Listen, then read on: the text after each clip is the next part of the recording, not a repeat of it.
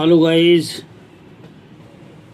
today we are studying as the sample paper question, unsolved question paper 5 as the section C. In this sections we are studying the question number 11 to 14. Each questions have the 4 marks. Now we start from the question number 11. In question number 11, find the integrate of a cos x upon 1 plus sin x and 2 plus sin x. अब इसको solve करने के लिए आप क्या कर सकते हैं, है तो पार्शियल फ्रैक्शन का, लेकिन आपको साइन एक्स का डिफरेंशिएशन कॉस एक्स दिखाई दे रहा है. So first we count the sine x equal to t, then cos x d x equal to t. इस पूरे को डी टी काउंट कर लेंगे, नीचे 1 प्लस टी और 2 प्लस टी तैयार हो जाएगा. सो आपके पास कुछ इस प्रकार से इंटीग्रेशन तैयार. अब इसको लेकर के हम first we find the from the partial fraction method से हम इसको सॉल्व करेंगे. तो A upon single bracket B upon another bracket और टेक द एलसीएम. एलसीएम लेने के बाद आप ये दोनों नीचे आ जाएंगे, cross multiply. So A into 2 plus T and B into 1 plus T and cancelling the denominator of both side, then we get the equation. Now equations 1 equals to a into 2 plus T and B into 1 plus T.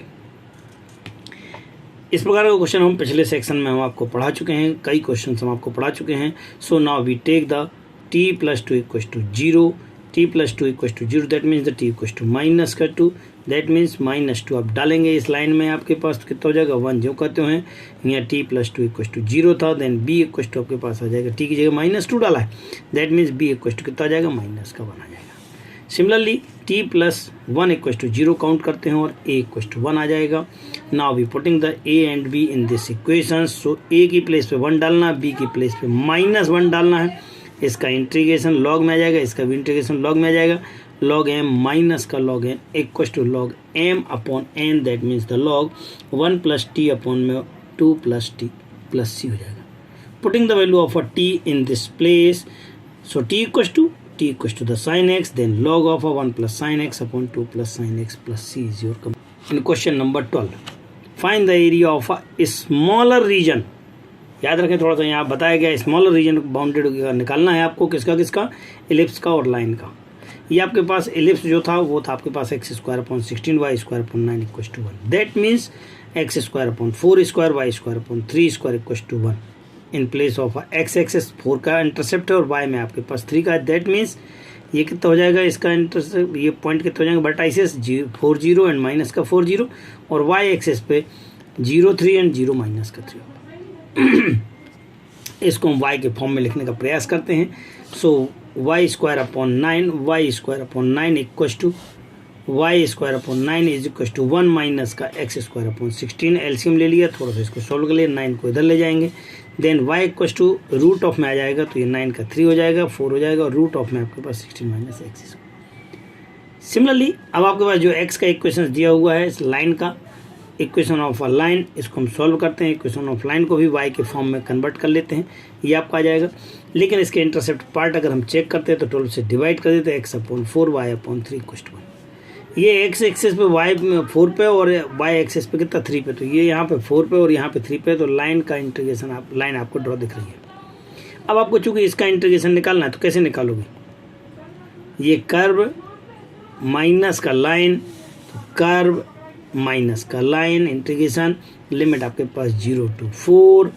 Curve कितना है y1 मतलब 3 upon 4 root of आ, और line का equation कितना है यहाँ पे 3 minus का 3/4. इसका इंटीग्रेशन कर लेते हैं, यहाँ पे 3/4 को कॉमन निकाल लिया है. Root of uh A square minus का एक्स स्क्वायर का फार्मूला होता है X upon 2 root of uh A square minus X square, A square by 2 sine inverse X upon A वाले फार्मूले को यूज़ करते हुए यहाँ वैल्यू डालने का प्रयास किया. जब हम वैल्यू डालते हैं तो कितना बन जाएगा, X upon 2 root of A square, that means the 16 minus X square, A square by 2, so 16/2 into sine inverse X upon A मतलब 4. यहाँ अगर हम चेकआउट करते हैं तो इसका इंटीग्रेशन कितना हो जाएगा, 3 का एक्स हो जाएगा, 3 अपॉन 4 और एक्स इसका कितना हो जाता है एक्स स्क्वायर बाई 2. अब आप थोड़ा सॉल्व करते जाएँ, अपर लिमिट लोअर लिमिट डालते जाएंगे. अपर लिमिट कितनी 4 है, तो इन place of you x you putting the value of 4 and ये तो 0 है तो पूरा का पूरा 0 होना कोई बात ही नहीं है. तो 4 आप यहाँ डालते हैं, जैसे 4 यहाँ डालेंगे तो ये आपके पास 16 आ जाएगा, यहाँ 4 डालेंगे आपके पास 4 अपॉन 4 आ जाएगा. यहाँ 4 डाल दिया है, यहाँ 4 का स्क्वायर डाल दिया, ये पूरा 0 हो गया है क्योंकि आप 16 माइनस 16 इक्वल्स टू 0 हो रहा है. यहाँ पे चेक करते हैं तो 8 और ये साइन इनवर्स 1 बन जाएगा, sine inverse 1 equal to pi by 2 बन जाएगा। और 3/4 तो आउटसाइड था ही इसके, यहाँ कितना है 3 4 जा 12 माइनस का, इन दो को थोड़ा सॉल्व कर देते हैं, 4 2 जा 8 को इसको कैंसिल किया 2 2 3 जा 6 और 12 माइनस 6 इक्वल टू 6 आ जाएगा। दैट मीन्स आंसर कितना हो जाएगा, इन दोनों को सॉल्व कर लेते हैं। तो ये 4 2 जा 8 से 8 कैंसिल हो रहा है, 8 से 8 जैसे कैंसिल हो जाएगा तो कितना बचेगा आपके पास, केवल 3 बचेगा। सो 3 पाई माइनस का 6, that means total answer is your 3 pi minus 6 because that is the area. So answer will be the 3 pi minus 6 square unit is your complete answer. In question number 12, or using to the integrations, find the area of a bounded tangent of a curve 4 by equals to x square at the point of a 2 1 and the lines x equals to 2 by and x equals to 3 by minus का 3। एक आपके पास curve दिया हुआ है, इसके tangent at the 2 point, एक line यहाँ से मिल जाएगी आपको, एक लाइन ये, एक लाइन ये, और तीनों लाइनों का आपको बाउंडेड एरिया निकालना है विद द इंटीग्रेशन मेथड से आपको निकालना है, इसको सॉल्व करना है। So first we find the differentiation of a given equations. That means the 4y equals to x square, differentiate both sides, so 4 and dy upon dx is equals to 2x and divide by 4, then we get 2 dy upon dx is equals to x upon 2. But in this place point is the 2 1, x equals to 2 and y equals to 1, putting here x equals to 2 and y equals to 2 से 2 cancel हो गया, that means 1। So slope कितना हो जाएगा, slope हो जाएगा आपके पास 1। Equation of line निकालना है तो इक्वेशन ऑफ लाइन का फार्मूला होता है y माइनस का y1 equals to m x minus का x1, और स्लोप कितना निकाल लिया, इसी को तो स्लोप बोलते हैं। m इक्वल्स टू 1 है, पॉइंट आपके पास 2 1 है तो ये आपके पास 2 डाल दिया, 1 डाल दिया, सॉल्व करके एक इक्वेशन निकाल दिया। दो इक्वेशन आपके बुक में क्वेश्चन में दिए हुए हैं, x equals to 2y and x equals to 3y minus का 3। नंबर फर्स्ट और सेकंड को सॉल्व किया है, किसको, y equals to x minus का 1 and x equals to 2y। So x equals to 2y, y की जगह पे आप ये वाली वैल्यू डाल देंगे, इसको सॉल्व करेंगे। सॉल्व करने के बाद x की वैल्यू 2 निकली है और y की वैल्यू आपको निकालना, तो यहाँ पे 2 माइनस का 1, so y equals to 1। That means इन दोनों का इंटरसेक्टिंग पॉइंट कितना बना, 2 1। Similarly from the second and third we get the intersecting point 6 3, and from the 1 and 3 get the intersecting point 3 2। now we can see on the graph, इन पॉइंटों को हम graph में करते हैं और लाइनों को ड्रॉ करने का प्रयास करते हैं। So first we have a line equals to y equals to x minus का 3 and another line is the x plus 3 upon 3 and another line is the x plus x upon 2। इनके intersecting point हमने कौन कौन से निकाले, एक तो 2 1 निकला है, एक 6 3 निकला है और एक आपके पास 3 2 निकला है। अब आप इसका इंटीग्रेशन फार्मूले से या मेथड से आपको इसका एरिया निकालना है, तो कितना आ जाएगा, 2 से लेकर के 3 तक अर्थात इतना एरिया, प्लस 3 से लेकर के 6 तक का एरिया, और माइनस में 2 से लेकर के 6 तक का एरिया आपको निकालने का प्रयास करें। बाउंडेड रीजन 2 से 3 में जाएंगे। सो आपके पास फार्मूला है x प्लस 1 का इंटीग्रेशन, 3 से 6 तक में जाएंगे तो आपके पास इक्वेशन कौन सा है, x प्लस 3 अपॉन 3 वाला है। यहाँ जाएंगे, यदि इसमें 2 से 6 वाले में जाएंगे तो इक्वेशन कौन सा है, x अपॉन 2 है। अब इनका upper limit lower limit integration करने का प्रयास, तो x का हो जाएगा एक्स स्क्वायर बाई 2, इसका x, यहाँ 1/3 आउटसाइड, इसका इंटीग्रेशन x का कितना होता है, एक्स स्क्वायर बाई 2, 3 का 3x बन जाएगा, ये 1/2 आउटसाइड और x का इंटीग्रेशन एक्स स्क्वायर बाई 2। अब थोड़ा सा और धीरे धीरे चलें, putting the value of upper limit minus lower limit. जैसे हम यहाँ पे 3 डालेंगे सो 9/2, 3 डालेंगे तो 3, 2 डाल रहे हैं तो 4/2 into सिमिलरली 1/3 आउटसाइड, यहाँ देखते हैं 6 डालना तो ये बन जाएगा 36/2 और 6 डालेंगे 6 3 18 18, 1/2 आउटसाइड ये कितना बन जाएगा 6, इसके लोअर लिमिट डालिए तो 3 डालेंगे तो 3 3 जा 9/2 एंड 3 3 जा 9। अब नीचे जा कर के देखते हैं कि -1/2 और ये वाली लिमिट, तो -1/2 अपर लिमिट अर्थात 6 डालना माइनस लोअर लिमिट। इनको थोड़ा सा कैलकुलेशन करने के बाद आप देखते हैं कितना हो रहा है, 9/2 माइनस 4/2 वैल्यू को अपन ने पास पास रखा है, नंबर को पास 1/3 था ही, यहाँ से इसको सॉल्व किया 18 ये हो जाएंगे, इन दोनों को सॉल्व कर लिया है। यहाँ पे माइनस का 1/2 इससे कैंसिल करके 18, इससे कैंसिल किया 2। अब आप कैलकुलेट कर सकते हैं, इसमें से इसको माइनस किया कितना आ जाएगा 16 आ जाएगा। ये 27 हो जाएगा, क्योंकि ये और ये मिलकर 36 माइनस का 9 इज इक्वल टू 27 और 9/2। यहाँ पे अगर आप सॉल्व करते हैं तो इन दोनों को सॉल्व किया तो 5/2 और ये माइनस का 1। थोड़ा सा और सॉल्व करते हैं। सो अपॉन टू वालों को पास लेकर के सॉल्व कर लेते हैं। 5 - 3 इज इक्वल टू, यहाँ पे आपके पास ये आ गया और ये देखें आप 1 और 8 9 हो गया है और ये प्लस का 9, तो 9 सब कैंसिल हो गया। कितना बचा है 5/2 और माइनस का 3/2। एलसीएम ले लेंगे। जैसे इसका एलसीएम लेंगे 2/2 इक्वल टू 1। दैट मीन्स इस कंप्लीट क्वेश्चन का आंसर कितना हो जाएगा, एरिया कितना हो जाएगा, 1 square unit is your complete answer. Question number 13, if the A B C are the mutually perpendicular vector of equal magnitude then so that the ABC are the equally inclined, the ABC also find the angle which is the A plus B plus C make with the ABC। Question की language समझने का प्रयास करते हैं। चूंकि ये ABC कैसे हैं, mutually perpendicular, that means A dot B, B dot C and A dot C equal कितना हो जाएगा 0, क्योंकि परपेंडिकुलर है। तो तीनों जो है ना एक दूसरे पर परपेंडिकुलर है। सो दैट मीन्स कितना है AB equal to BC equal to C equal to कितना है 0 है।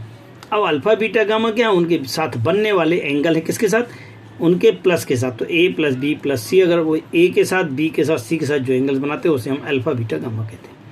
अगर हम इसको इसके साथ A के साथ काउंट करें तो A के साथ अगर मैं इसको डॉट करके करता हूँ तो हमारे पास mod of A mod of B into cos alpha, और के बीच का एंगल कितना है कॉस अल्फा है। सो A के साथ किया तो A dot B, A dot C, ये तो 0 हो गए बेचारे। जैसे यहाँ कितना हो रहा है A स्क्वायर हो रहा है, लेकिन ये एक A से एक कैंसिल हो जाएगा तो बचेगा कितना, एक A बचेगा, एक A अपॉन में A plus B plus C। चूँकि अल्फा की वैल्यू निकालें तो कॉस इनवर्स, सिमिलरली अगर हम बीटा की वैल्यू निकालते हैं तो B अपॉन में आ जाएगा, और गामा की वैल्यू निकालते हैं तो कॉस इनवर्स C अपॉन में रूट ऑफ आ जाएगा।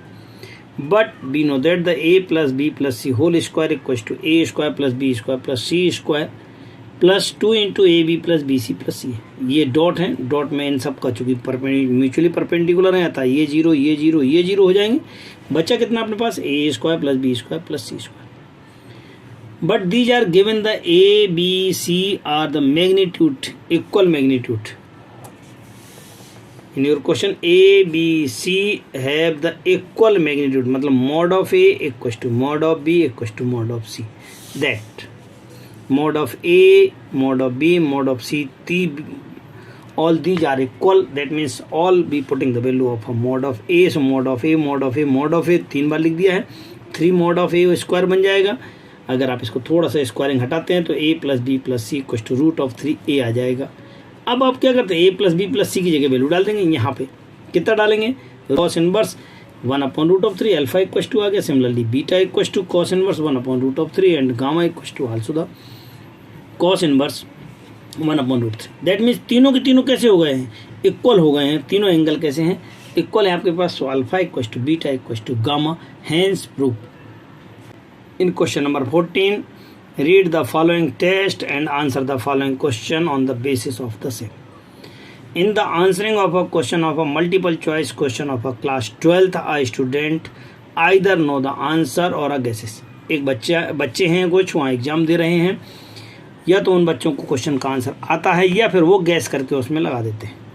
अगर उनको आता है तो उसकी प्रोबेबिलिटी कितनी है 7/9 है, और गैस करके लगाते हैं the guess, then the probability is the 2/9। Assume the student who guesses the answer will be the correct। अगर जो तुक्का मारता है या गैस करता है तो उसका आंसर, उसकी प्रोबेबिलिटी कितनी 1/9 है, और जो श्योर लगाएगा उसकी प्रोबेबिलिटी तो 1 है ही है। सो E1, E2 and E are the events of a student know the answer, then guess the answer and answer correctly respectively। Now we have solved। According to question, the E1 equals to knows the answer and E2 is guesses the answer। अगर answer जानता है तो उसकी probability कितनी है, question में दिए 7/9, और गैस करता है तो उसकी प्रोबेबिलिटी कितनी है 2/9। फर्स्ट क्वेश्चन था आपके पास, find the value of a summation of a k equal to 1 to 2 PEK। That means PE1 plus PE2 is equal to putting the value. So 7/9 plus 2/9, इनको एलसीएम लेंगे, 9/9 is equal to 1। In the second question, find the probability of a student know the answer given. He answered is the correctly, बिल्कुल सही है answer, that means पहले वाली condition निकालना है। तो फार्मूला बेस थ्योरम को हम यूज़ करते हैं। आंसर जानने की प्रोबेबिलिटी आपको जो सही था उसकी 1 है, और जो तुक्का मार रहा था गैसेस वाले की प्रोबेबिलिटी कितनी थी, 1/9 था। अब आप वैल्यूज पुटिंग करेंगे। सो बेस थ्योरम में हम वैल्यू डालेंगे, कितना आ जाएगा 7/9 इंटू 1 अपॉन में 7/9 इंटू 1 एंड कितना हो जाएगा यहाँ पे 2/9 इंटू 1 1/9, और इसको सॉल्व करते हैं तो कितना हो जाएगा 7 1 जा 7 7 और 2 इनको एलसीएम ले लेंगे, यहाँ 9 9 जा 81 आ जाएगा, और 7 9 जा 63 and 63 plus 2 equal to 65। After then we can solve cancelling, then 9 7 जा 63 upon 65। So complete answer is the 63/65। हमें पूर्ण उम्मीद है कि आपको हमारे वीडियोस अच्छे लग रहे होंगे, समझ में आ रहे होंगे। आपको हमारे वीडियो कैसे लगे कमेंट्स बॉक्स के माध्यम से ज़रूर बताने का प्रयास करें। हम आपको और अच्छा प्रयास करेंगे देने का। ज़्यादा से ज़्यादा लोगों को शेयर करें। अभी भी जिन्होंने हमारा चैनल सब्सक्राइब नहीं किया है वह ज़रूर सब्सक्राइब कर लें। सहयोग के लिए धन्यवाद।